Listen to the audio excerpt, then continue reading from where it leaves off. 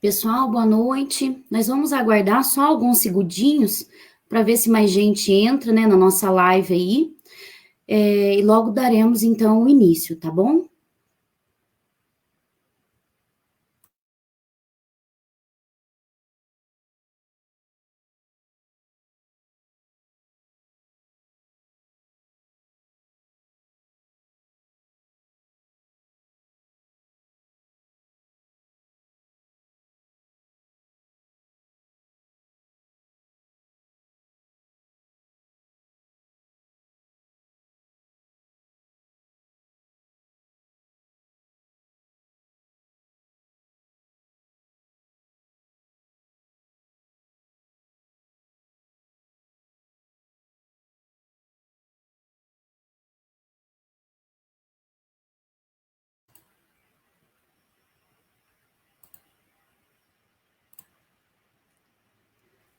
Pessoal, então vamos dar início aí, né, à nossa live.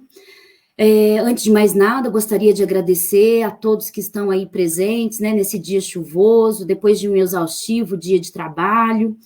Agradecer aí o Tiago, que está nos assessorando com a parte técnica, às alunas e alunos da UENG, aos professores, aos companheiros de trabalho, né, com quem a gente divide aí o nosso cotidiano no chão da escola. Sou Ana Paula Ferreira, supervisora da rede estadual, mestre em educação, e é com grande alegria, né, que temos aqui três pessoas que eu admiro muito, a professora Ana Chaves e a Aline Pereira, que são professoras do curso da UENG, doutoras em educação. Sejam bem-vindas, né, para estar aqui nesse encontro. O professor Lucas Santos, também atuante aí na rede estadual de ensino, né, meu companheiro aí de militância, está aí com a gente, né, em vários momentos de greve, de defesa da escola pública. Essa live é uma iniciativa do coletivo Educação, juntamente com o Núcleo de Estudos e Pesquisa sobre Educação Pública, o NEP, né, que é um núcleo da UENG. Qual que é a importância dessa live, né? Em tempos de eleição, é muito comum a gente ver nas propagandas políticas, nos discursos eleitorais, nos planos de governo, né, o tema educação. Ele é muito recorrente.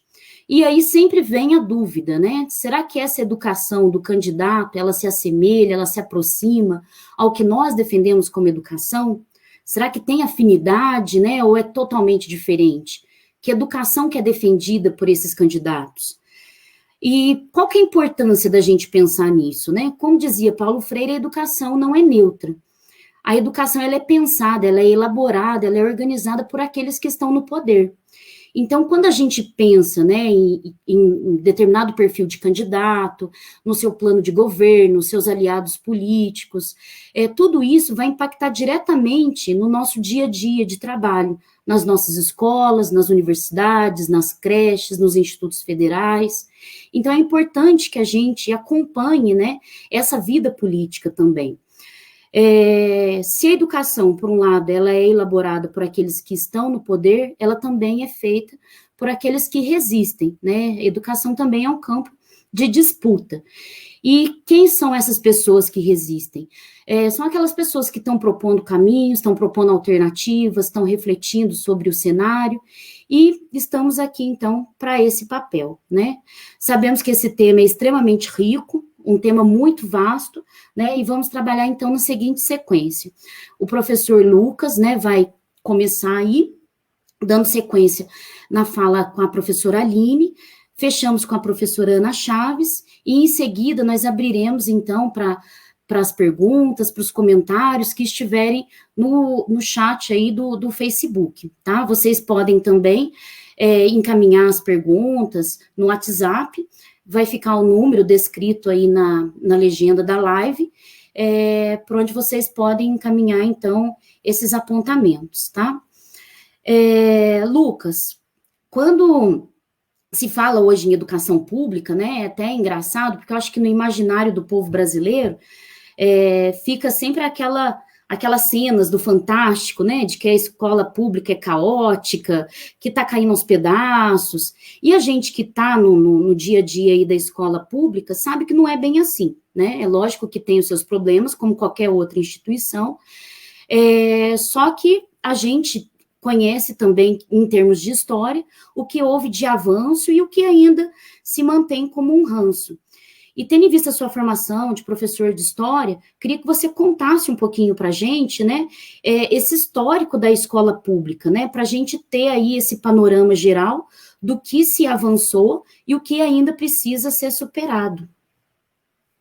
Fique à vontade, Boa noite. Lucas. Boa noite, Ana. Boa noite, Anas, né? Boa noite, Aline. Boa noite a todos que estão, todos e todas que estão nos assistindo. Primeiro, só queria deixar claro aqui que é um grande prazer estar aqui na presença de professoras, né? De tanta qualidade, com tanta coisa para se falar, e poder estar nesse meio significa, para mim, um grande mérito até enquanto um profissional, né? Enfim, a educação pública no Brasil, ela é um campo de disputa. Isso é a primeira coisa que a gente precisa ter em mente e ter consciência, né? Então, a história da educação, ela demonstra como ela é um campo de disputa ideológica mesmo. Dependendo do grupo que está no poder, se olha para a educação de uma maneira. E aí, contar um pouco da história da educação pública no Brasil, né, para mim, como professor de história, a gente, professor de história, fala muito, então a gente precisaria de umas 2 horas para falar disso, mas enfim. Mas é claro que dá para a gente criar um panorama para a gente entender o caminho que a educação trilhou até aqui. E aí eu tentei trilhar o caminho dos últimos 100 anos da educação pública, porque é quando se pensa de fato numa educação pública. Se a gente retorna lá na colonização e no Brasil Império, a noção de escola pública não é a noção de escola pública que a gente tem hoje. Então, eu tentei trilhar um pouco essa ideia da noção de escola pública que a gente tem hoje, para a gente entender como ela chegou até aqui e talvez pensar aí ao longo da live que caminhos que ela deve tomar, né, ou que ela vai tomar, enfim. A herança que a gente tem de educação da colônia e do império é uma educação melancólica no sentido de que é uma educação que não incluiu, né? A gente está falando do início do século XX, então há 100 anos atrás, quando o Brasil tinha recém se tornado uma república, recém abolida a escravidão, onde tentava se incluir todas as pessoas, no sentido dos negros, ex-escravos e filhos de escravos, mulheres, enfim, onde estava se incluindo as pessoas ainda na sociedade de classes, né? Uma sociedade de classes que nascia, chegava imigrantes europeus desde o final do século XIX, então, assim, era uma sociedade de classes que estava nascendo, que precisava incluir a todos em vários setores, né? O trabalho é muito importante, mas especialmente a educação. E o Brasil, enquanto império, não deixou as bases para uma educação pública que incluísse essas pessoas. Então, é ali, a partir do século XX, que começa a se pensar mais, de fato, em como incluir a todos, em como construir uma educação pública que fosse, de fato, para todos. E aí, nesse caminho de 100 anos, né, avanços, recuos, a gente vai chegar numa conclusão, talvez, que a gente ainda não conseguiu, de forma satisfatória, incluir a todos. Mas, enfim, por que a década de 20 ela é importante nesse percurso? Porque na década de 20 o Brasil está passando por mudanças, industrialização, urbanização, né? As grandes cidades estão crescendo muito, notadamente as grandes cidades do Sudeste, notadamente São Paulo, né? E aí em São Paulo, você tem uma burguesia emergente que clama por educação de qualidade dos seus filhos, para aquela educação que a aristocracia, né, rural tinha até então, né, aquela educação secundária e superior de qualidade. Mas você tem também a classe operária, né, os imigrantes que estão chegando, muitos imigrantes trazendo ideais anarquistas e socialistas, né, italianos, espanhóis, alemães, e esses operários vão começar a clamar também por educação para os seus filhos, né, por uma educação que fosse mais acessível às crianças da classe operária. E você tem, na década de 20, um entusiasmo pela educação por parte de muitos intelectuais, que vão lançar ali na década de 20 as bases do que ficou conhecido como Escola Nova, que vai se materializar em 1932 com o Manifesto dos Pioneiros da Escola Nova. Nesse Manifesto dos Pioneiros, é talvez a primeira vez que vai se ter uma tomada de consciência, a primeira vez que alguém vai falar assim, olha, a educação brasileira, a educação pública brasileira não é boa, ou ela não, nem existe, né, para se dizer a bem da verdade. Então, o Manifesto dos Pioneiros ele é importantíssimo porque ele traz essa tomada de consciência do Brasil, enquanto Estado, de que a educação pública precisa melhorar, ela precisa mudar, ela precisa incluir, ela precisa ser mais democrática. Então, o Manifesto dos Pioneiros vai trazer pela primeira vez essa ideia de uma educação básica obrigatória, gratuita, laica e mais democrática, até porque até então a educação, no geral, ela ficava muito restrita às organizações religiosas, que organizavam escolas que, em geral, eram pagas, então era uma educação que não era laica e que era absolutamente elitista. Então, o Manifesto dos Pioneiros ele vai vir justamente para tentar pensar uma nova forma de educação. Enfim, no que tange algumas críticas que se faz à escola nova, né, se preocupou demais com aspectos técnicos e, por exemplo, não se deu tanta atenção para a educação popular, que já se desenvolvia. Você tinha, por exemplo, nas periferias de São Paulo, escolas organizadas por imigrantes anarquistas, entre outros núcleos de educação popular, que foi meio que menosprezado nesse período, mas os ideais da escola nova vão aparecer muito claro na década de 30 e 40, que é a Era Vargas. A Era Vargas é muito importante para a educação pública. Claro que não alcançamos na Era Vargas aquilo que se esperava, aquilo que os pioneiros, né, que o Manifesto dos Pioneiros esperavam, mas claro que na Era Vargas, na década de 30, é a primeira vez que o Brasil age no sentido de pensar um sistema nacional de educação. Então, a Era Vargas tem essa característica. Então, ele reúne alguns intelectuais, o Getúlio Vargas, o próprio Francisco Campos, que faz a primeira reforma educacional no Brasil na década de 30, ele era um dos que assinou o Manifesto dos Pioneiros, e o Getúlio Vargas vai trazer ele como ministro da Educação, né, no recém-criado, na Era Vargas que se cria o Ministério da Educação, né, o Ministério da Educação e Saúde Pública, criado em 1932, e o Francisco Campos vai promover a primeira reforma, né, da educação brasileira. Depois, na década de 40, vai ter uma nova reforma com outro ministro da Educação também notável para a história no governo Vargas, que foi o Gustavo Capanema. E nessas reformas vai se trazer algumas novas ideias, novas formas de pensar a organização da escola pública, de forma que ela fosse um pouco mais acessível. Primeiro que o ensino secundário, né, ele vai ser dividido em dois níveis, né, o nível fundamental e o nível complementar, que hoje a gente chamaria de ensino fundamental e médio, né? Na época foi chamado de ensino fundamental, de 4 anos, e o ensino complementar, de 3 anos. Esse ensino complementar, ele era dual, tinha um ensino complementar que era destinado à elite, que era para formação, para aqueles que queriam fazer um curso superior, e na Era Vargas se investiu muito no ensino complementar também, profissionalizante, até no próprio ensino fundamental profissionalizante, para formar os filhos da classe trabalhadora para ir para a indústria. O Brasil estava se industrializando nesse período, precisava de mão de obra, então a educação começa a se voltar para essa ideia de garantir mão de obra para a indústria que estava nascente no Brasil. O que se cabe de crítica a essa Era Vargas?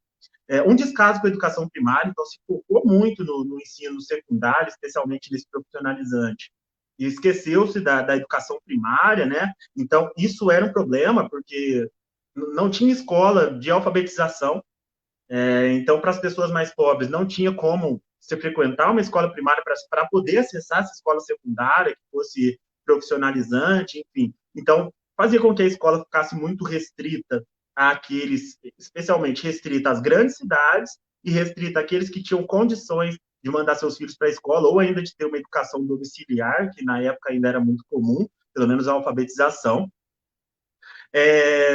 A educação também ela tinha um caráter muito enciclopédico, por assim dizer, com avaliações muito rígidas, o que, mais uma vez, elitizava a educação, ela era permitia que só uma parte das pessoas tivessem acesso ou conseguisse avançar na educação. E o principal e o mais importante, e a mais importante crítica da era Vargas, é que, a partir de 37, com o Estado Novo, a educação brasileira ela toma tendências altamente fascistas, né? O governo brasileiro tem tendências altamente fascistas a partir de 37. Então, assim, isso vai para a educação, né? Você vai ter uma educação muito doutrinária nesse sentido mais autoritário que o governo brasileiro adota naquele momento. E também, esse momento, ele garante uma liberdade para a iniciativa privada, né? Então, o primeiro momento de liberdade para a iniciativa privada, por exemplo, estabelecer os seus próprios sistemas educacionais. Então, aí talvez é um momento que começa a se separar, né? É um momento de aumento da oferta da escola pública, no mesmo momento que você está aumentando a oferta de iniciativa privada. Você começa a separar aqueles que podem pagar e vão para uma escola talvez de maior qualidade, aqueles que não podem e que vão frequentar a escola pública, que não necessariamente oferecia a qualidade necessária. Depois da era Vargas, a gente tem um novo momento, que é o que a gente chama de breve período democrático, entre o fim da era Vargas em 45 e o início da ditadura militar de 64, que é o que a gente chama de breve período democrático em história, né? Ou Segunda República, ou ainda República Liberal, que foi um período marcado pelo populismo dos presidentes, né? O próprio Getúlio Vargas, que vota como presidente eleito, Juscelino Kubitschek, Jânio Quadros, e também um otimismo resultante especialmente da ideia ou da promessa de um desenvolvimento acelerado para o Brasil, né? Isso ficou muito marcado pelo slogan do Juscelino Kubitschek, que era os 50 anos em 5, né? Então, o Brasil das grandes obras, né? Transferência da capital para Brasília, né? A Copa do Mundo de 50, os grandes estádios, Maracanã, Mineirão. Era um momento em que achava-se, né, que o Brasil era o país do futuro. O Brasil se vendia, inclusive, internacionalmente como o país do futuro. E na educação, esse é o momento que se propõe, talvez, um dos maiores debates sobre educação, sobre o sistema educacional que existiu na nossa história.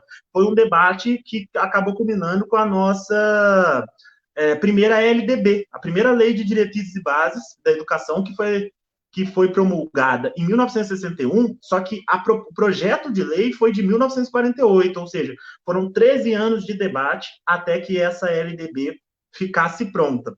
E por que esse debate foi tão longo? Porque ali você tinha 3 divergências principais. Uma, se o ensino seria centralizado, ou seja, no governo federal, né? O governo federal determinaria toda a política educacional, ou se ficaria a cargo dos estados e municípios determinar o seu próprio sistema educacional, se o ensino seria laico ou seria permitido o ensino religioso, por assim dizer, por organizações religiosas, e se a educação seria voltada para as classes populares também, ou se manteria essa educação altamente elitista.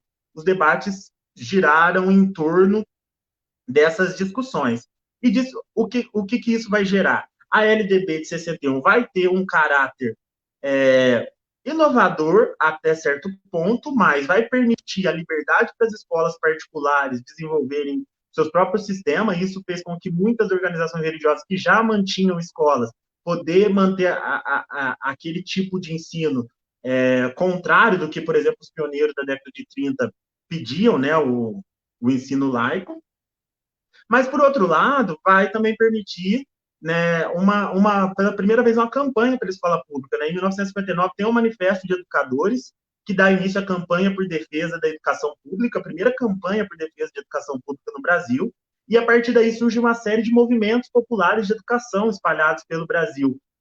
Movimentos, até alguns ligados à Igreja Católica, né, a CNBB, outros movimentos que partiram de sindicatos e tudo mais, mas que era um momento promissor em certo aspecto para a educação pública, né, imaginar que era possível uma educação popular de fato, que partisse dos próprios anseios do povo e tudo mais, mas, embora promissor, o momento não foi muito adiante, porque em 64 veio o golpe militar, inicia-se uma ditadura militar no Brasil, que vai durar até 85, e essa ditadura, obviamente, ela vai fazer uma reforma educacional autoritária e altamente tecnocrata, voltado para uma mentalidade totalmente empresarial. Então, eu entendo que o período da ditadura é um período de grande freio em qualquer desenvolvimento que a educação pública brasileira quisesse tomar.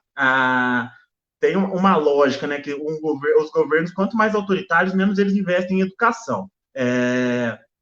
E investiram, a ditadura militar investiu muito pouco em educação e pensou-se muito pouco a educação. Inclusive, eles vão fazer o máximo para que essa educação fosse o máximo doutrinária, né? Você vai, por exemplo, foi retirado dos currículos o conteúdo de filosofia, história e geografia foram unidos nos estudos sociais, e aí no lugar entra a educação moral e cívica, né? Então era um ensino destinado a manter a ordem, né? Aquela ideia de política não se discute, né? Surge na ditadura e até hoje a gente paga o preço de uma sociedade que não sabe discutir política, né? Que não sabe como discutir, talvez nem que não entenda, mas não sabe discutir, não sabe debater, não sabe falar sobre o tema, não entende o tema. E a educação na ditadura vai ter uma grande reforma em 71, com uma nova LDB, que vai ficar em 3 pilares: a formação para a mão de obra, o ensino cívico e patriótico, e a interferência da iniciativa privada na educação pública. Então, empresas privadas vão, a partir daí, poder iniciar projetos dentro de escolas públicas. O fato é que essa mentalidade despolitizada que a ditadura pregava para a educação vai criar uma educação que ajudou a manter estruturas de poder. Enfim, para concluir, após a ditadura, a partir de 88 para cá, mas eu vou fazer o recorte de 1996 até 2016. Porque em 1996 a gente tem a LDB, a nossa última LDB, que está em vigor agora, e em 2016 a gente tem um golpe que tirou a Dilma do poder. Por que esse período eu queria destacar para fechar essa história da educação pública? Primeiro porque a LDB inaugura uma nova era na educação pública, que vem com uma série de novas medidas, desde o governo Fernando Henrique, passando pelos governos Lula até o governo Dilma. Então você tem a LDB, depois você tem a elaboração do PCN, né, que é uma forma de pensar a educação mais global, com todas as críticas que cabem ao PCN e a outras coisas, mas você tem agora uma forma de pensar a educação, tentar incluir o ensino médio mais, que por muito tempo foi meio que esquecido nas políticas educacionais. Aí você tem o Plano Nacional de Educação de 2001, em 2004, já com o Lula, você tem o ensino médio integrado, né, com os IEPs, vão surgir os IEPs, depois você tem o Fundeb 2007, a ideia do Mais Educação, que pensava educação integral. 2010 vem a lei do piso, a lei do 1/3 fora de sala de aula. 2014 a gente tem um novo Plano Nacional de Educação, né, que está em vigor agora. A gente tem o Plano Nacional para Alfabetização na Idade Certa, enfim. É uma série de políticas que vão sendo tomadas ao longo desse período, que estava tentando dar um caminho para a educação pública brasileira. Em 2016 vem o golpe, com o golpe PEC, que congela gastos, com o golpe vem reforma do ensino médio, com o golpe vem BNCC. Então, talvez esse período que eu considero que era um período em que a educação brasileira tinha tomado um caminho a partir da LDB, e mais propriamente no início desse século, a gente não sabe qual seria o caminho, quais seriam os resultados, porque essas medidas tomadas desde o golpe de 2016 e agora com o governo Bolsonaro, que na verdade entendo que nem eles saibam qual é o caminho que eles querem para a educação brasileira, a gente não sabe qual seria, o que poderia ser da educação pública. O que a gente sabe é que agora é um momento, talvez o maior momento em que a gente tem que lutar por ela, porque agora é o momento que ela está sendo mais atacada. Enfim, acho que deu para fazer um paralelo desses 100 anos de educação. Depois, em algum momento, a gente pode voltar e falar mais um pouco. Lucas, obrigada aí pela fala, pelas contribuições, né? Realmente é muito difícil a gente resumir décadas de educação numa fala de apenas poucos minutos, né? Dando sequência à sua fala, eu queria que a Aline, né, continuasse com essa ideia da importância das leis, né? Você fez toda essa historicidade, não dá para aprofundar muito por conta do tempo, mas as leis, elas ajudam a amparar a educação pública. Aí, Aline, se você puder nos representar aí, né, com essa fala da importância das leis. Boa noite, obrigada, Ana Paula. Vamos lá. Bom, Eu primeiro queria agradecer a oportunidade, né, o convite do Coletivo Educação e do NEPEP. Para mim também é uma honra estar nessa live, né, com a Ana, com o Lucas, com a Ana Paula, são pessoas que eu admiro muito e que, nossa, quando eu crescer quero ser igual. Então, assim, eu estou aqui para contribuir um pouco também, como a Ana Paula falou, eu vou falar um pouquinho sobre a parte da legislação. Eu sei que legislação às vezes fica um pouco maçante, então eu tentei organizar de forma que fique um pouco mais leve. Para começar, nós estamos aqui hoje, né, em defesa da educação pública. E aí, se a gente precisa defender a educação pública, quer dizer que existem outros tipos ou outro tipo de educação, né? E aí, óbvio, esses dois tipos que a gente normalmente se refere quando fala em educação é a educação pública e a educação privada. E esses dois tipos de educação, eles estão ligados a perspectivas, né, que têm concepções e finalidades diferentes para a educação. Então, nós temos na educação pública uma concepção de educação que é de educação como direito, né? Uma educação que é direito de todos e por isso ela tem que ser pública. Mas na educação privada, a educação é vista como mercadoria. Ela participa do mercado e tem acesso quem pode pagar. E em termos de finalidade, a gente tem na educação pública uma finalidade que está muito ligada à construção social, à transformação social, né, e à formação humana. E, enquanto educação privada, a gente tem uma finalidade que é econômica, né, a finalidade de lucro ou de economia. E aí, por que eu estou falando sobre isso? Porque, como a Ana Paula pincelou no início, né, a gente tem no imaginário popular uma concepção que é muito alimentada pela mídia de que a educação pública é ruim e a educação privada é boa. E como a gente está aqui falando sobre políticas públicas, né, sobre candidatos e propostas de governo, muitas vezes, alguns tipos de candidatos, principalmente, têm como projeto para a educação uma visão e uma aderência à concepção privada de educação. A educação pública é ruim, a privada é boa. Então, a gente tem que fazer a pública ficar igual à privada. E aí isso é muito problemático, porque, assim, essas pessoas desconsideram completamente o público que cada um desse tipo de escola atende, né? Então, eu tenho uma sobrinha que com 1 ano e meio, ela já pegava, ela não falava direito ainda, mas ela pegava os livrinhos e lia para mim. Ela abria o livrinho e falava, passava as páginas, fechava e falava assim, bom. Por quê? Porque a mãe dela lia para ela, né? Porque ela tinha acesso a livros, ela via a mãe dela lendo, ela via o pai dela lendo. Ela é filha de 2 pessoas que tiveram acesso ao ensino superior, né? Esse é o público da escola privada.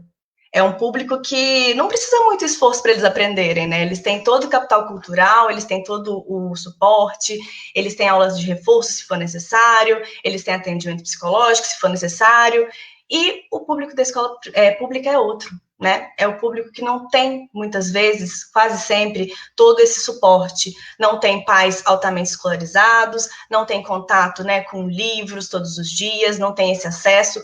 E aí, se a gente for olhar por esse panorama, sem contar a questão da estrutura física, né, de uma escola e da outra, do investimento de uma escola e da outra, então, pega o valor que é investido por aluno anual na escola pública e na escola privada para a gente ver a diferença, né, desse valor. Então, talvez, se o tanto que é investido na escola privada pudesse ser investido na escola pública, o resultado seria outro. E também, talvez, e com certeza eu acredito, se a gente pega um aluno de escola pública e coloca numa escola privada, que diferença que essa escola realmente vai poder fazer por ele, né? Então, assim, é muito bom a gente desconstruir essa visão de que escola privada é boa e escola pública é ruim, porque a gente está aderindo a uma lógica que, como eu já disse aqui, em concepção e em finalidade, não tem nada a ver com o tipo de sociedade que a gente quer construir, porque não é uma sociedade mercadológica, é uma sociedade humana que a gente quer construir, né? E aí, para entrar na parte que eu queria falar mesmo, né, da legislação, a legislação é muito ampla, então, assim, é muito difícil cobrir um campo muito extenso no tempo que a gente tem, então eu vou focar na Constituição Federal. A Constituição Federal, no artigo 206, ela apresenta os princípios do ensino no nosso país. E aí é muito interessante, quem puder dar uma olhada depois, esses princípios da Constituição são 9. E dos 9, 4, quase metade, é exclusivo da educação pública. Está explícito no texto, porque, na verdade, eu poderia até falar de outros, sabe? Sobre a questão da igualdade de condições para acesso e permanência, sobre a liberdade de aprender e ensinar, isso tudo também tem muito a ver com a educação pública, muito mais do que com a privada. Mas, explicitamente em relação à educação pública, são 4 dos nossos princípios. Então, em 4 dos nossos princípios do ensino no Brasil, só a educação pública é obrigada a cumprir. E é sobre eles que eu vou falar. Então, o primeiro deles está no inciso 4º, que é a gratuidade do ensino público em estabelecimentos oficiais. E aí você pensa, óbvio, gratuidade. Ok, ensino público gratuito. Mas não é tão óbvio assim, né? Como o Tiago disse, a nossa história da educação pública, ela teve muitos percalços e essa gratuidade, ela custou muita mobilização e ela não está garantida. A gente tem que continuar lutando por ela. Além disso, né, essa gratuidade ela tem tudo a ver com o que eu falei em termos de princípios, de concepção de educação. Porque para fornecer uma educação gratuita, eu tenho que conceber a educação como direito. Se a educação é direito, então ela tem que estar disponível para todos. E para estar disponível para todos, tem que ser gratuita. E aí, então, essa vertente, né, da gratuidade toma uma outra dimensão. Porque, então, se ela tem que ser para todas e para todos, ela tem que ser para todas e para todos, independente da origem socioeconômica, do sexo, da cor, de ter ou não deficiências e transtornos, né? Enfim, tem que estar aberta para todo mundo. E é a escola pública que a gente vê que está aberta para todo mundo, né? Eu tive um aluno, e aí, para contrapor, né, quer dizer, se eu tenho uma educação como mercadoria, não está natural que é para todo mundo. O natural é que seja para alguns, né, para quem pode pagar. E aí eu naturalizo uma outra lógica, que é quem pode pagar tem, quem não pode pagar não tem. Quem pode pagar mais tem melhor do que quem pode pagar menos. E aí toda a lógica do direito se perde, né, do direito de todos. Eu tive um aluno que ele era oriundo de escola privada, né, na época que eu trabalhava na rede municipal da minha cidade, e ele tinha um transtorno de comportamento, e em função desse transtorno foi entregue para ele nessa escola privada a transferência. Eles não aceitaram ele mais lá. E ele foi para a escola, então, onde eu trabalhava, porque a rede pública foi a única que o acolheu. E foi lá que ele, com muito suporte da professora e dos colegas, né, os coleguinhas viam quando ele ficava agitado e já avisava a professora.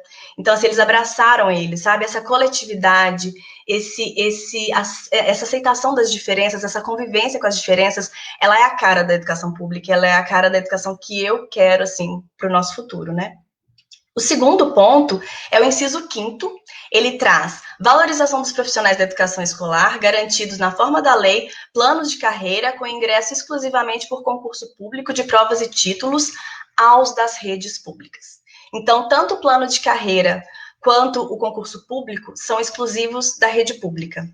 E por que eles são importantes, né? O plano de carreira, ele incentiva o profissional a manter a formação continuada, né? Então, à medida que esse profissional faz novos cursos, especializações, mestrados, ele ganha um acréscimo no seu salário, ele progride na carreira, então ele está sempre inovando, né? Sempre melhorando o seu trabalho. E, além disso, o plano de carreira ajuda a manter, né, a atrair e manter bons profissionais, porque se eu tenho uma perspectiva de crescimento financeiro, de progressão na carreira, eu vou investir nessa carreira. Agora, se eu não tenho perspectiva de melhoria de salário, então também não vou investir tanto, talvez eu já busque um outro trabalho, né?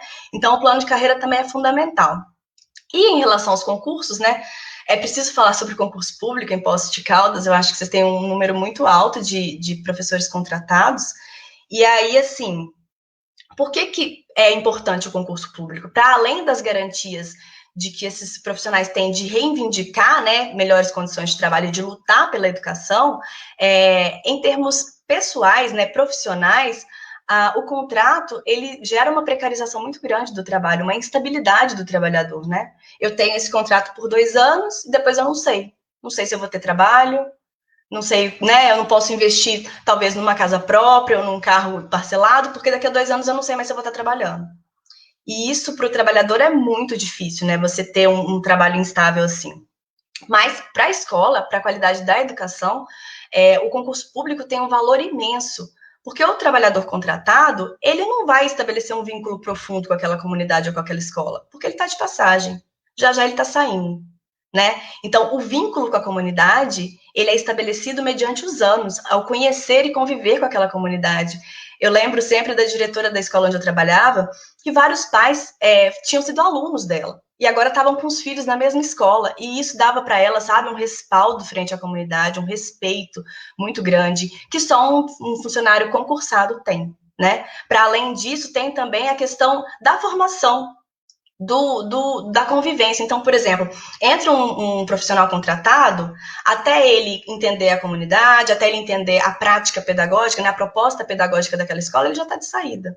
E aí depois a escola vai ter que investir em formar o próximo, investir em formar o próximo, sem nunca dar prosseguimento, né, naquela concepção de educação. Então, para a educação, o funcionário público, né, concursado, é fundamental. Vinculado a esse, né, nós temos o inciso 8º, que fala do piso salarial profissional nacional para os profissionais da educação escolar pública, nos termos da lei federal. Então, a lei do piso, ela é válida para os profissionais da educação pública. E aí a gente entra também e volta lá naquela questão das finalidades, né? Se a minha finalidade é econômica, se eu quero economizar com a educação, né, fazer mais com menos, eu não vou investir em piso salarial. Porque a maior parte do gasto com a educação, né, do custo da educação é com a mão de obra, é com os profissionais da educação, folha de pagamento. Tanto é que o Fundeb, né, 70% é destinado para pagamento de professores, de profissionais da educação. Então,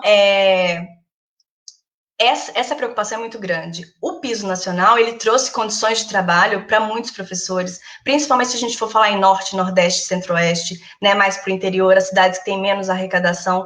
Então, esse piso salarial, ele é fundamental para manter o mínimo de equalização, né, e de condições para o trabalhador se manter. E isso não é garantido na educação privada. E para finalizar, para eu não estourar meu tempo, eu espero que não tenha estourado ainda, a gestão, né? O inciso 6º traz a gestão democrática do ensino público na forma da lei. Então, e aí você me pergunta, né? Tá, mas que diferença que faz a gestão democrática para a educação? E aí eu lembro para vocês que a Constituição Federal de 88, ela não é à toa apelidada de Constituição Cidadã, né? Porque ela traz uma perspectiva de crescimento da cidadania que depois de uma ditadura militar, como o Lucas bem apontou, é um refrigério, né? É a volta dos nossos direitos políticos, é a volta dos nossos direitos sociais. Então, a cidadania é fundamental. E a cidadania, ela é adquirida no exercício da cidadania. Não tem um livro que você lê e depois termina de ler e fala assim, agora eu sou cidadão. A cidadania, ela se dá no exercício. E aí, a gestão democrática da escola é a formação para a cidadania, no ato da cidadania desses alunos, né, que desde a infância podem ter, então, contato com um ambiente democrático, né, para entender os aspectos políticos de representação, de voto, ou de fala, né, de defender os seus próprios interesses. E aí vocês me falam, né, mas a escola pública não é democrática. Não é, mas já foi bem menos. Nós estamos, sim, num processo de democratização. E isso é visível. Né? Não estamos no ideal de democracia, mas faz 30 anos que a Constituição foi promulgada, né? Então, assim, a gente está numa construção democrática.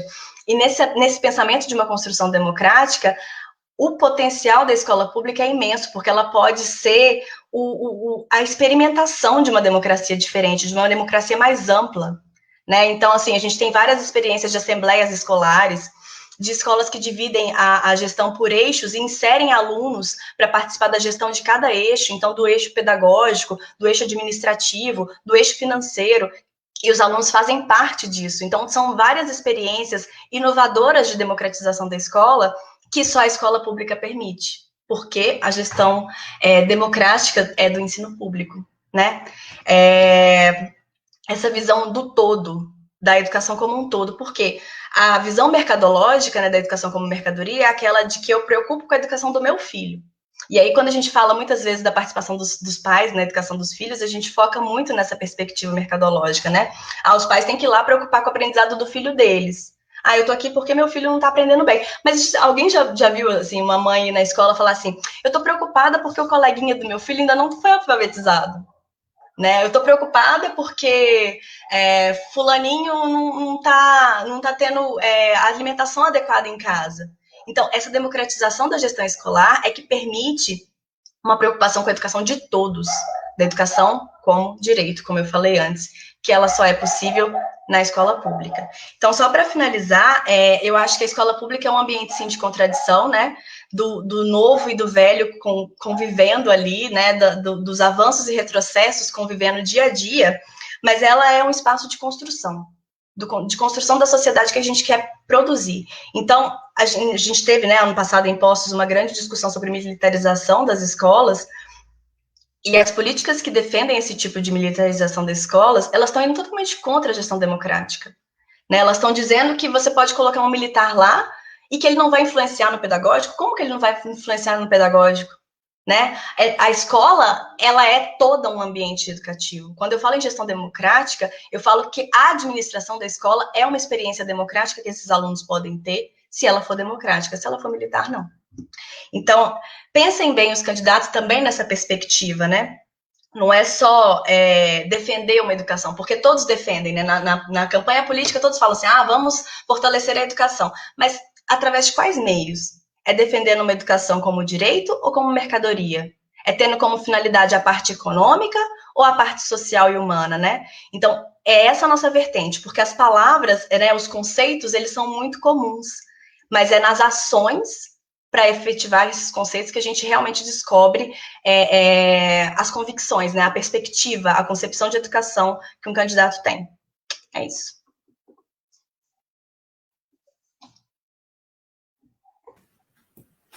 Aline, uma delícia ouvir sua fala e acho que veio muito a contribuir, a enriquecer, né, a nossa live, né, muito ao encontro do que o Lucas já tinha falado, dado aí todo esse panorama histórico. E aí, Ana, a gente tem, por um lado, né, essa história que nem o Lucas trouxe, da escola pública, que veio no movimento crescente, né, de vários avanços, de conquista dela ser realmente para todos, né, para os alunos com deficiência, para mulheres, homens, negros, brancos, enfim. E aí esse projeto, ele acaba tendo ali os seus entraves, né, que nem o Lucas disse, né, com a própria aprovação de uma PEC que congela os gastos com a parte pública, né, durante 20 anos, e a gente, por outro lado, tem as leis, né, que a Aline citou, né, a própria Constituição que a gente tem que defender porque ela alimenta aí, né, a nossa educação mais participativa, essa educação mais cidadã, né? Inclusive, a Aline já deu alguns indicativos aí do que seria a defesa de uma escola pública realmente de qualidade, né? Essa questão do piso salarial, os concursos. E aí, Ana, eu queria que você continuasse, então, com essa ideia desses pontos, né?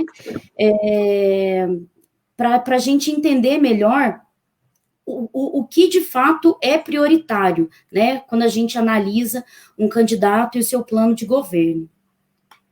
Tá, vou pedir, né, para o Thiago, que é o nosso diretor aí da live, né, tá nos bastidores, para que ele nos deixe os 4, tá? Pode ser?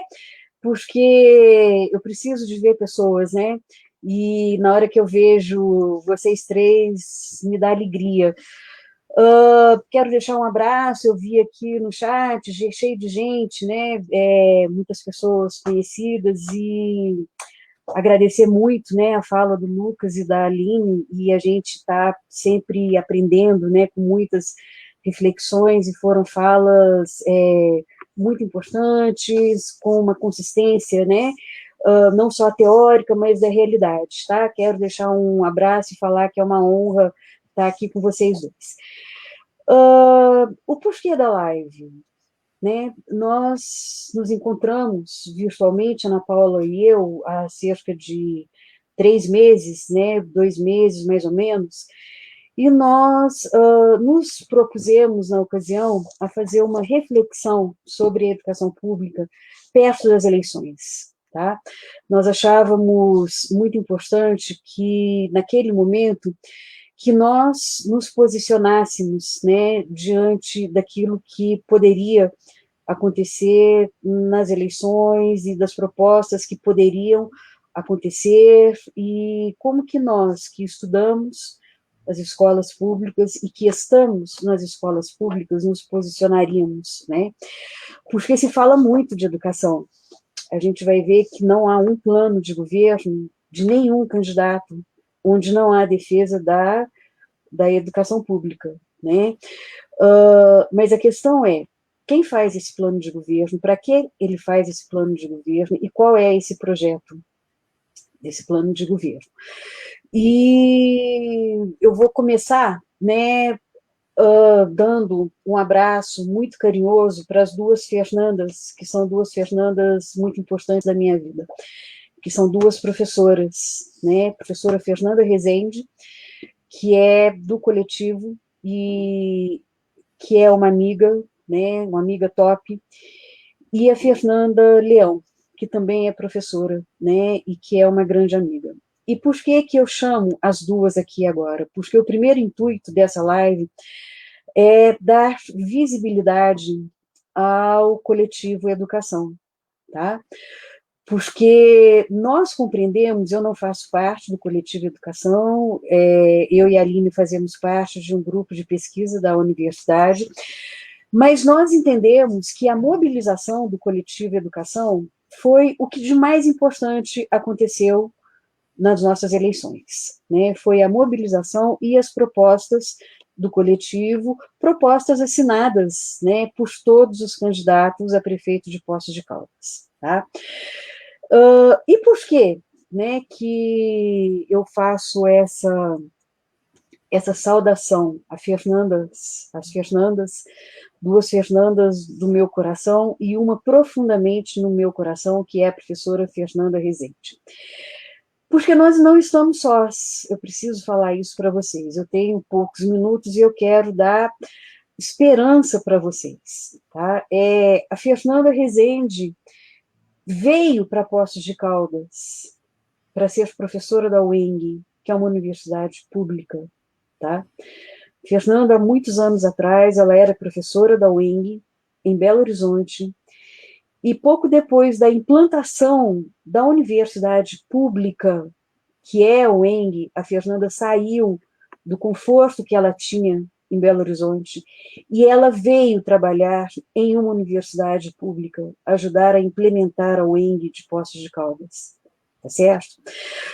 Fizemos depois o doutorado na USP, saíamos 5 horas da manhã e voltávamos 5 horas da tarde, voltávamos 2 horas da manhã, e o projeto da Fernanda na USP, mesmo nós duas sendo professoras da UENG e da PUC, o projeto da Fernanda era instituições escolares públicas, certo?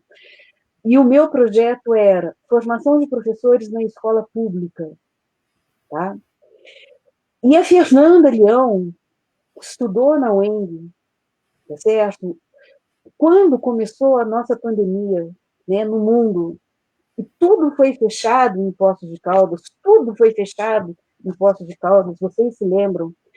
Existiam 3 pessoas que iam no supermercado, não tinha ninguém no supermercado, que iam ao supermercado, a gente arrecadava dinheiro, a gente ia no supermercado no meio da pandemia, no meio, né, no auge da pandemia, colocava esses produtos nos carros e levava para essas casas, quando ninguém queria ir, que eram as casas das crianças, que os pais tinham perdido o emprego, e nós sabíamos que essas famílias passavam fome.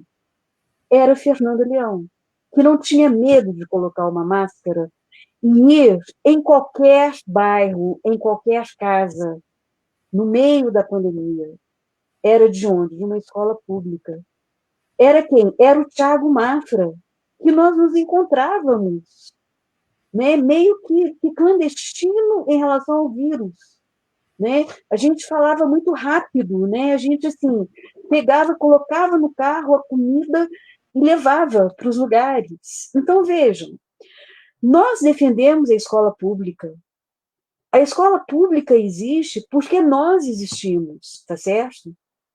Então eu quero trazer para vocês essa palavra de conforto, né? E eu quero falar que há muitas pessoas que vivenciam a escola pública, que defendem a escola pública e que aceitam a diversidade como ela existe na escola pública, aceita as diferenças que existem na escola pública, tá certo? E, enfim, eu quero trazer um raciocínio, né, uma linha de raciocínio entre nós, tá? Vejam, quais são os critérios hoje de uma civilização? O que os historiadores consideram que é uma civilização onde há avanços na sociedade, tá bom? Não vou falar do IDH, que todo mundo sabe, mas critérios para se considerar um povo civilizado são: como são tratados os velhos daquela sociedade? Como são tratadas as mulheres daquela sociedade? E, fundamentalmente, como são tratadas as crianças e jovens daquela sociedade, tá? Pois bem, de que lado nós estamos? É o que nós temos que perguntar agora. O nosso voto se situa em um lado, não é mesmo? Quando a gente coloca lá a bolinha, quando a gente marca o X, nós estamos de um lado, nós estamos de um lado muito mais do que de um número. Nós estamos de um lado de um projeto de sociedade, tá legal? Essa é a ideia. Né? E que projeto de sociedade que nós levamos? Aí vai depender de que lado que nós estamos, tá certo? Então, veja. E eu pergunto, né, para vocês, então, de que lado que a gente está? A gente está do lado de gays, de lésbicas e de transgêneros? Sim ou não?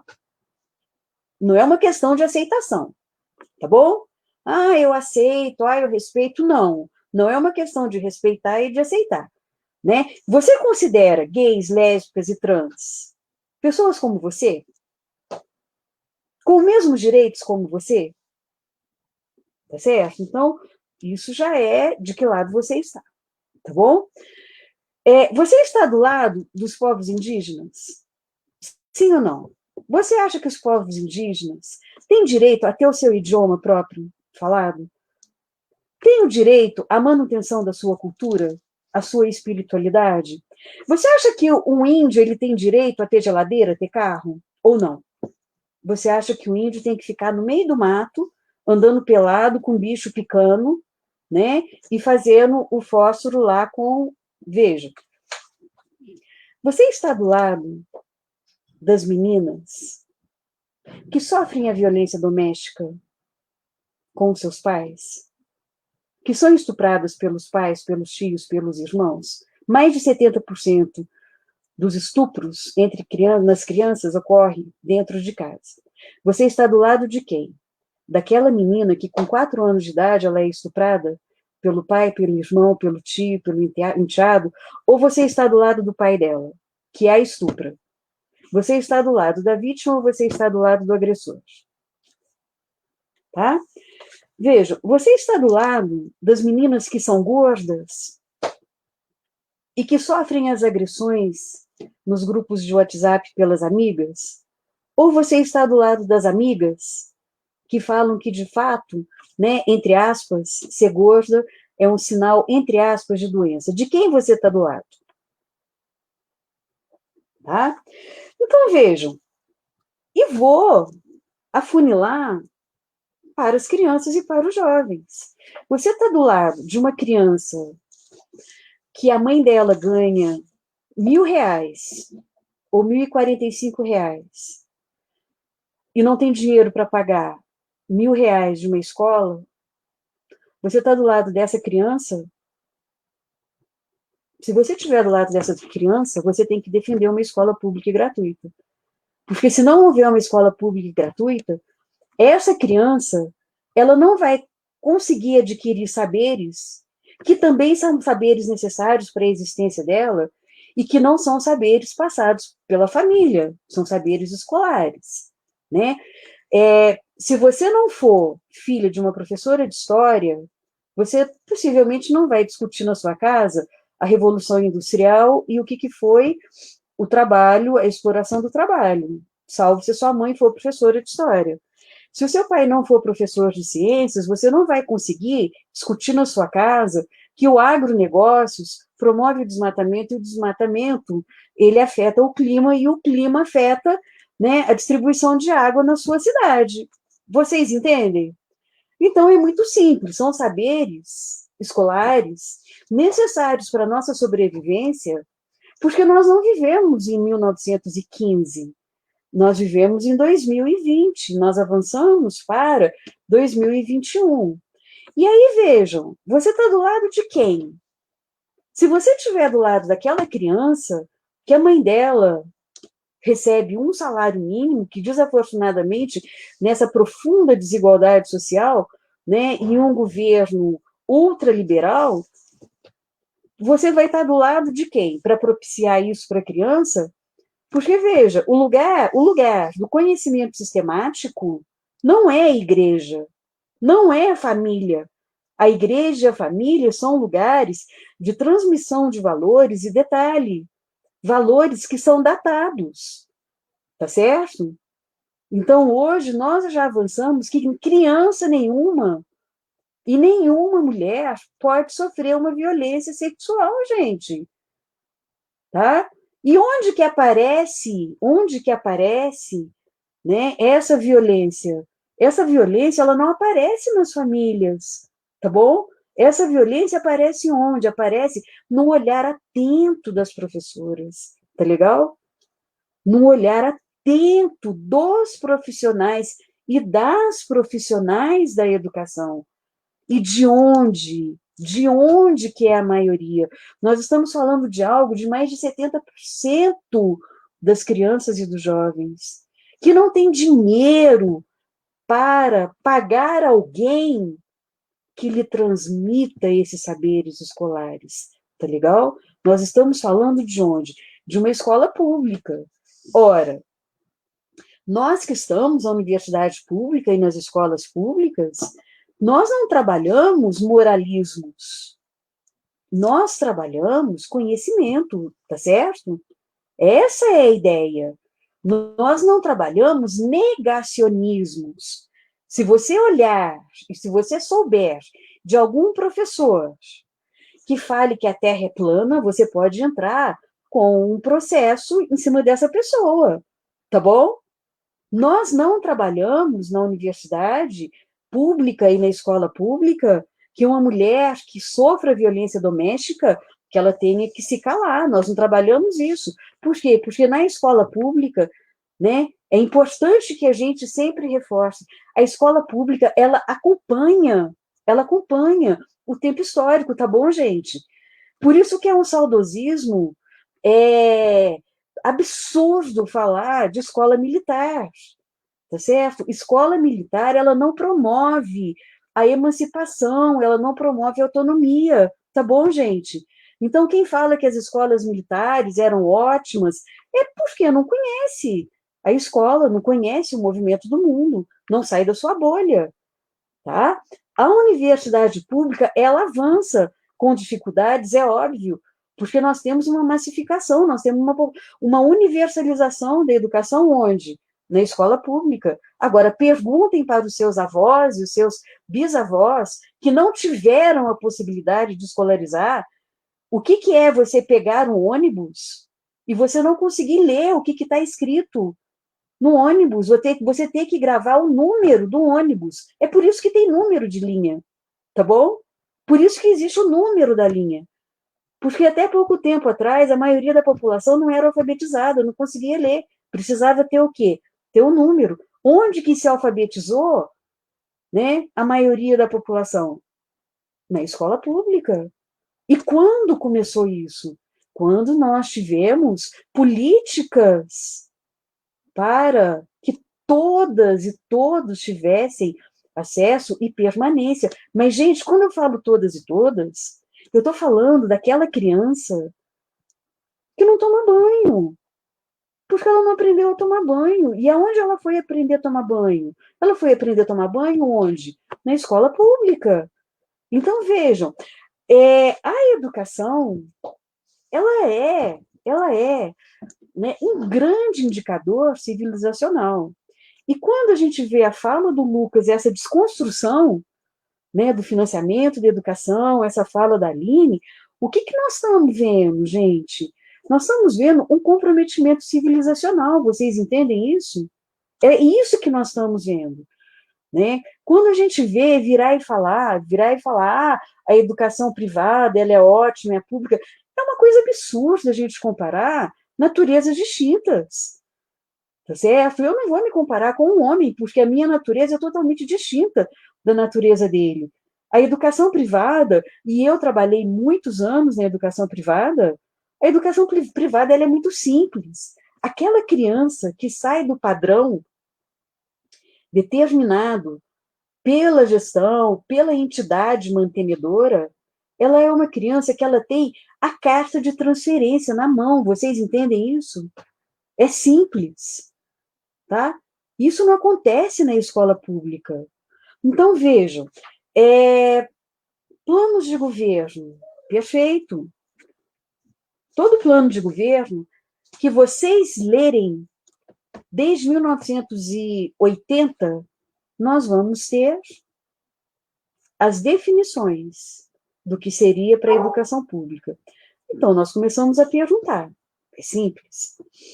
Quem fez esse plano de governo? Não é mesmo? Os profissionais da educação foram ouvidos? E aí eu não estou falando do profissional, aquele meu amigo. Né? Não estou falando daquele diretor que é meu amigo, não. Eu estou falando de representatividade, de proporcionalidade, tá certo? Eu ouvi os alunos, mas a pergunta que me chama agora, né? Quantas vezes essas pessoas que fizeram esses planos de governo estiveram na escola? Para mim, nada mais, nada menos do que pelo menos 2, 3 vezes por mês na escola. Quem não está pelo menos 2, 3 vezes por mês numa escola, não deve falar da escola. Tá certo? É simples isso. É simples. Você quer ser prefeito, você quer ser vice-prefeito, você quer ser vereador, maravilha. Quantas vezes você esteve na escola? Mas não é você esteve na escola para vigiar se tem o cartazinho do Darcy Ribeiro, né? Ou para tomar o café com a diretora. Não, não. É estar numa sala de aula com as crianças. Porque é isso que a gente faz. Estar numa sala de aula com as crianças. Estar numa reunião de professores. Quantas vezes? Então, se você não esteve várias vezes, você não conhece. E a gente não pode ir pelo desconhecimento. Porque, veja, nós estamos numa pandemia, nós temos muitas crianças fora da escola. E elas não podem ficar na escola. Não há, hoje, nada mais importante do que 2 aspectos, para mim, como professora e estudiosa da educação pública. A questão sanitária e a questão educacional, tá certo? Por quê? Criança fora de escola é uma tragédia. É uma tragédia. Em curto, médio e longo prazo, tá bom? Escola é lugar de existência da criança, tá certo? Escola é o lugar de existência, tá? A escola tem uma função que a família nunca vai ter, nunca, que é tirar a criança daquela bolha. A escola tira a criança de uma bolha, tá bom? É como quando eu estou cheio de aluna vendo aqui, né, alunas da UENG, ex-alunas, pensem quando vocês entraram na universidade, quando vocês saíram. O mundo estava aos pés de vocês. Um mundo de conhecimentos. É isso que a escola faz. Tá certo? Então, vejam, a família não faz isso. A família, pelo contrário, a família conserva. Enquanto a escola emancipa, a família conserva. Né? As mães não querem que seus filhos saiam de casa. É natural. A escola faz o contrário. A criança não fica na sala de aula, a criança vai para o mundo. Tá? Então, vejam, já passou, né, o meu tempo, esse é o tempo. eu queria, são questões, né? Então eu faço um apelo, né, para vocês. Escolham muito bem prefeitos, vereadores ou vereadoras, tá? Nós não avançamos sem mandatos populares, mandatos coletivos. A escola não avança sem pensar junto no coletivo, tá certo? Então, pensem que nós temos que deixar o passado no passado, tá bom? Nós temos que pensar que alianças, planos de governo, cargos, né? Por alianças não funciona mais. Por amizade política não funciona mais, tá certo? Nós temos uma profissionalização da educação. Esse é o caminho. Esse é o caminho. E uma profissionalização que determine as políticas e não o contrário. E não o contrário. Não pode a política determinar o que vai ser feito nas escolas públicas. As escolas públicas e seus atores que precisam determinar. É exatamente o inverso. Então, eu faço um apelo para vocês, e daqui a 5 dias, 4 dias, nós temos essa eleição. Coloquem a educação pública na prioridade do voto de vocês. E coloquem propostas que sejam dentro de uma coletividade, mandatos que sejam coletivos e mandatos que sejam populares, tá? Não podemos mais admitir que um grupo defina uma política pública, um grupo de 4, 5, 6 pessoas. Se considerem os experts em educação e definam a existência de milhares de crianças e jovens, porque a escola é o lugar da existência, tá? E daí a grande importância do coletivo Educação de Poços de Caldas, porque vocês constroem possibilidades, e a escola pública é o lugar da possibilidade. E eu termino com uma frase que eu escutei ontem de uma super educadora, que é a Vera Freire, que é do PMJ São José e é do coletivo.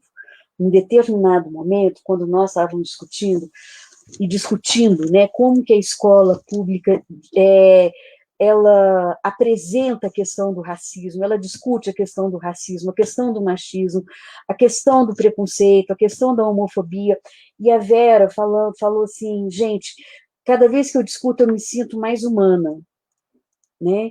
E aí eu quero despedir falando com a Vera, talvez ela esteja aqui conosco, falando o seguinte, a escola, ela é o lugar pública da humanização. E a escola pública, ela não pode ser demonizada e desumanizada por pessoas que colocaram pé na escola como alunos há 20 anos atrás. Tá certo, gente? Confiem no coletivo. Confiem em nós que estamos nas escolas, que conhecemos as escolas. Vejam que cuidamos das escolas e, principalmente, que quando as crianças estão passando fome, somos nós que colocamos, no meio de uma pandemia, a comida na escola de cada criança. Não são os políticos, somos nós. Somos profissionais. Tá? Então, é esse o apelo. Conheçam esses políticos. Conheçam esses candidatos e essas candidatas. Tá? E coloquem como critério, é o meu critério de voto, tá certo? Quem tem um mandato coletivo, quem vai nos escutar e quem, principalmente, estará conosco nas escolas. quero dar um beijo, um abraço e devolver para a Aline.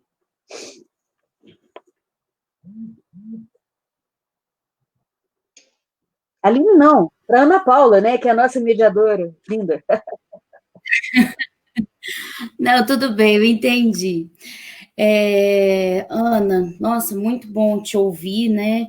E a tua fala o tempo todo, a gente fica pensando no livro do Paulo Freire, né? O Pedagogia do Oprimido, porque o tempo todo você traz muito essa condição da gente lembrar que os nossos alunos da escola pública, na sua condição de classe, na sua condição étnica, na sua condição cultural, na sua condição de moradores de periferia, né, de quem mora longe ali do centro urbano, de quem mora longe de uma URCA, de uma casa da cultura, todos eles aí estão nas condições de oprimidos dentro dessa sociedade, então é importante que o candidato realmente tenha um olhar em relação a isso, né, e um olhar sensível, um olhar de quem queira não colocar essas pessoas para formar ali um curral político, né, tratando essas pessoas como se fosse massa, mas pelo contrário, né, para que elas superem sua condição de oprimido, né, porque é isso realmente que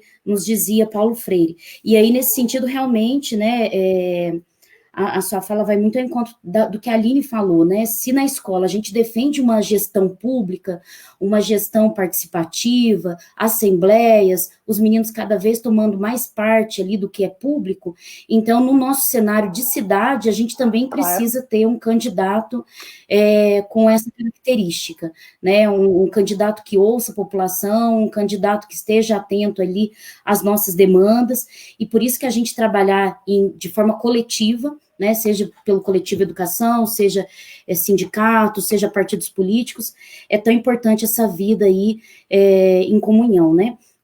Então, gente, eu vou ver aqui no chat, né, o pessoal está comentando bastante, tá, que estão gostando, que ficaram emocionados aí com as falas.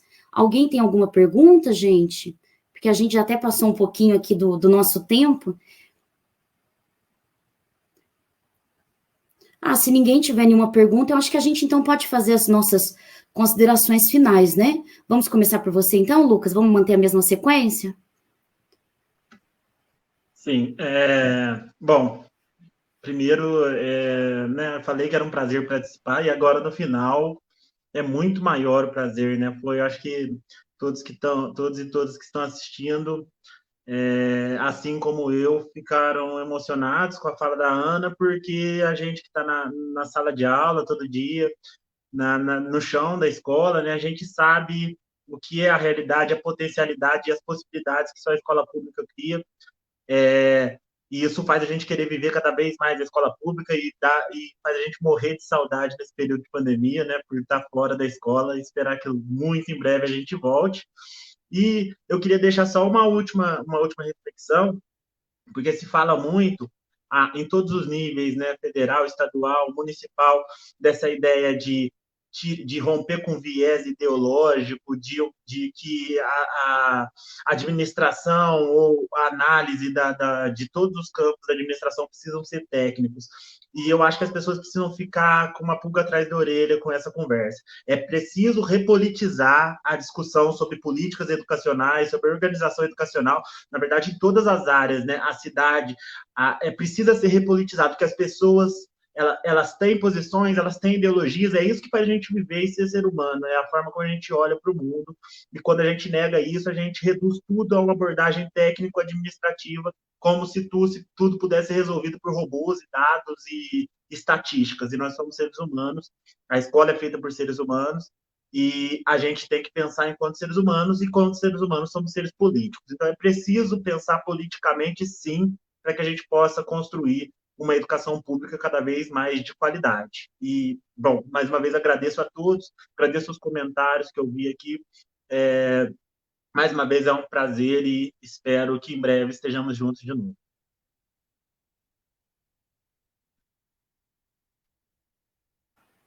Perfeito, Lucas. Acho que não podia terminar melhor, né? Realmente é a escola pública, por trabalhar com essa diversidade, se ela se fugir, né, desse encontro, do momento da fala, né, de possibilitar o debate, ela vai estar se furtando da sua responsabilidade social, né? Então, a gente não pode realmente se ausentar desse papel. Aline? Eu acho que depois das falas não tem nada para acrescentar. Ana, maravilhosa como sempre. Eu acho que é isso, assim. Eu sou de cidade pequena também, minha cidade é bem menor que Poços, e aqui também a gente tem muito esse hábito de votar porque, é meu primo, ou, é amigo do meu irmão, e aí a gente não perde de vista essa visão política, né? Fica muito no campo do pessoal. E aí essa fala da Ana, de que lado você está, eu acho que é isso, assim. Vocês podem dormir com essa pergunta aí e pensar bastante até domingo. Realmente a Ana fechou com chave de ouro com essa pergunta provocativa, né? Ana, suas considerações finais?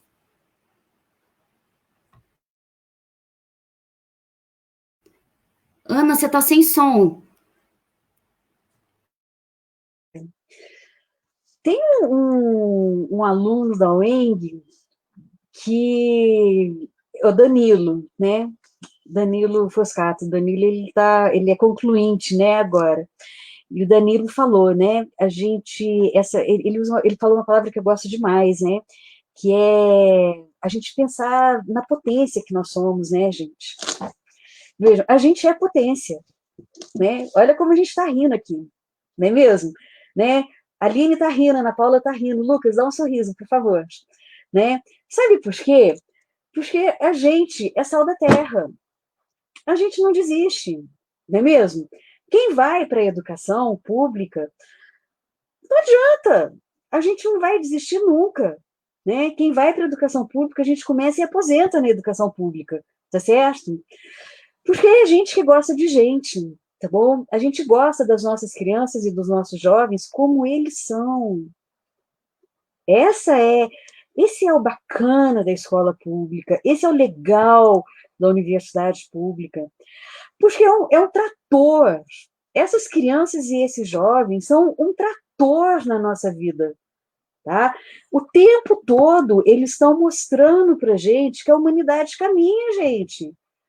A gente pode brigar, a gente pode discutir, não importa, eles vão dançar funk, tá bom? E as meninas vão rebolar, porque isso é 2021, tá certo? As meninas podem rebolar e ninguém tem que falar nada.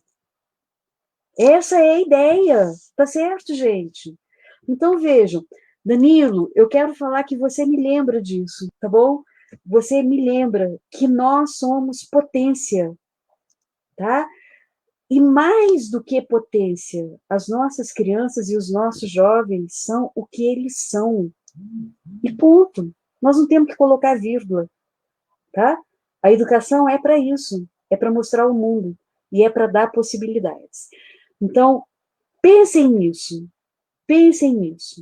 tá? Quem desses candidatos estão nas escolas, mas não só na época de eleição, estão.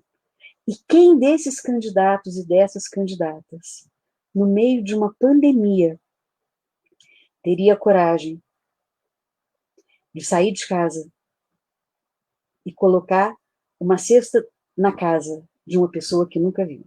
Pensem nisso. Na hora que vocês falarem, esse candidato faria isso, bacana. Então ele merece o seu voto. Tá certo? Mas antes de tudo, leiam tudo que o coletivo colocou, tá? Para ver se eles vão, de fato, cumprir o que eles pediram. Um beijo. Um beijo para o Giovanni. Eu vi aqui. Giovanni Lari. Né? Giovanni é outro nosso da escola pública até o fim. Tá bom? Façamos essas parcerias mais vezes, tá? Coletivo com o NEPEP. Ana, com certeza, vamos fazer sim. A gente tem muito ainda para trabalhar, muitas ações ainda para concretizar, porque os nossos sonhos não param, né? A gente sempre está naquele movimento de esperançar do Paulo Freire. Uhum. Agradeço aí a todos, a todas que participaram, né? Que mandaram perguntas, que ficaram com a gente até agora. e que possamos, a partir do que foi aí trabalhado, né, refletir sobre a nossa relação com a política, né, de uma forma mais ativa, propositiva, com mais iniciativa, de forma mais orgânica, realmente, né? A política não é aquela coisa suja que nem eles querem nos fazer pensar. E tendo em vista esse tema que já é tão importante, que é a relação da política com a educação, e que a gente quer realmente que vocês tenham todos nós tenhamos esse voto consciente, né? A gente espera que vocês também participem aí, né, desse debate que já está acontecendo na televisão dos nossos candidatos, tá bom, gente? Então, um forte abraço, tudo de bom. Quem não conseguiu fazer aí a sua inscrição para ganhar o certificado, tá ao longo aí do chat as informações. Já tem um númerozinho, Ana? Já tem um númerozinho para receber o certificado no chat? Tá legal. O Thiago colocou assim. Tá bom, gente? Muito obrigada, Ana. Muito obrigada, Lucas. Muito obrigada, Aline. Adorei compartilhar de novo com vocês aí esse momento, tá? Um abração, gente. Até mais.